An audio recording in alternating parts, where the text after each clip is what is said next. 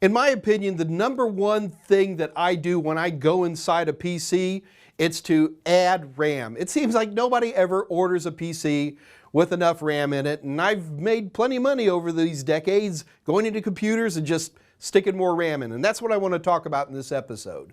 So what we're going to do here is I've got this brand new motherboard, and it has, at this point, it has no RAM in it whatsoever. So the first thing I'm going to do to add RAM is I'm going to grab that motherboard book, and I'm going to make sure that I have the right kind of RAM. So let's see if we can see that right there.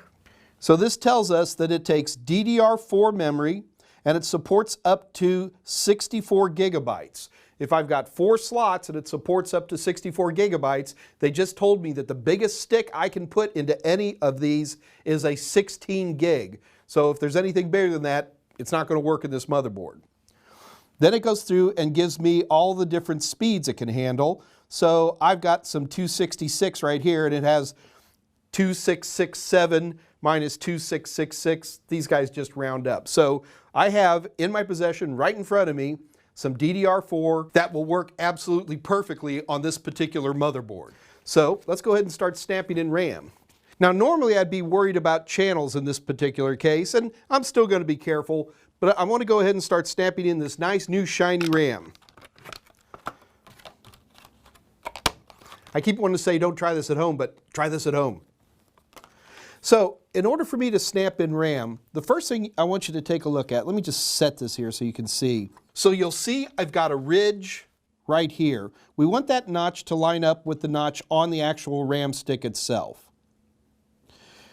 So we're going to go ahead and drop it in. Now the trick is with RAM is you want to drop it straight in. And it's always a little picky, and it always takes a moment. If it didn't, it would scare me because it has to be really tight. So I've got it dropped in, and now I'm just going to give it a push. Super. Let's do it again.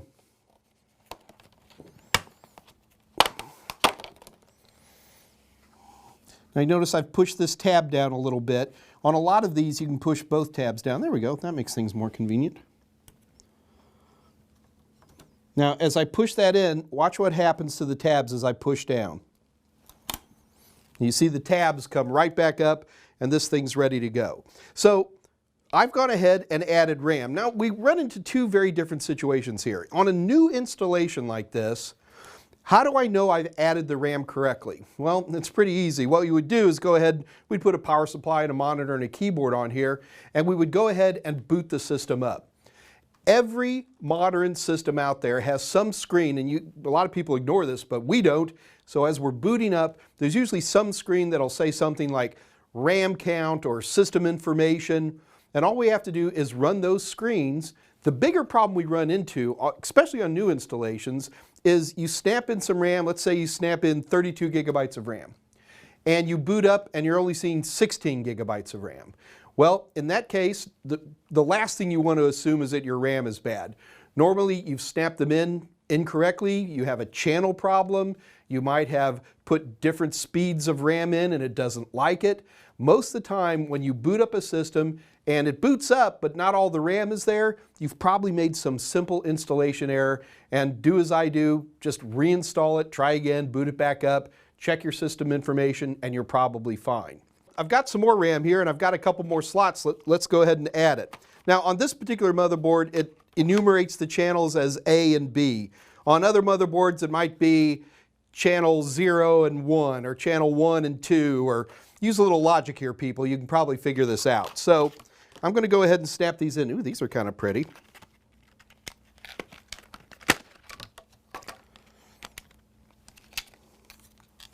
And again, because I'm paying for this RAM, I'm not that worried about anti-static wrist straps. You might be a little bit more concerned.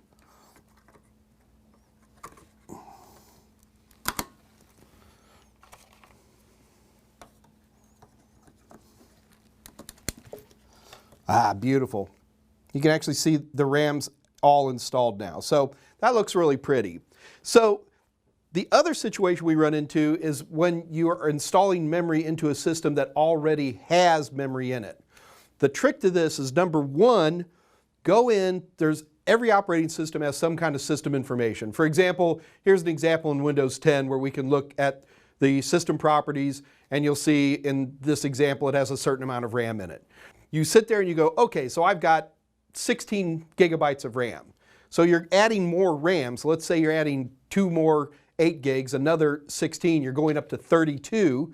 Well, snap it in, boot up Windows, and if it doesn't say 32, guess what? You've probably made some kind of simple mistake. And invariably, it's a matter of simply reinserting the RAM, making sure your channels are correct, and make sure you haven't messed up with speed or something simplistic like that, and it's going to go in just fine. Now, that was fun. In fact, that was so much fun, I want to do it again. Except this time, I want to do it with a laptop. So I've got a Dell laptop here, and what I'm going to have to do is I'm going to have to go in here a little bit. If you take a look around here, I've got all these little screws, so I'm going to pull out my toolkit and let's do a little unscrewing. All right, so here's my RAM on here. These are SO-DIMMs. So I've got an extra bank here. Believe me, I checked this before I opened this guy up. And I've got an extra SO-DIMM stick here. So when we're dropping RAM into laptops, they're invariably are going to have this flat type of situation where we drop them down flat. The secret here is we push them in and you just drop them down. And that's installed RAM. It really is that simple. On some laptops you'll see where they'll have banks which are at a slight angle like this and you literally overlap the RAM. But other than that, it's snapped in. The thing about putting RAM into a laptop is that everything we've just learned still holds true. Speed, capacity, banks, none of that goes away. Booting into a Windows system and seeing if it recognizes the new RAM. There's nothing special about it other than the fact that it's often a pain in the rear end with all these little tiny screws.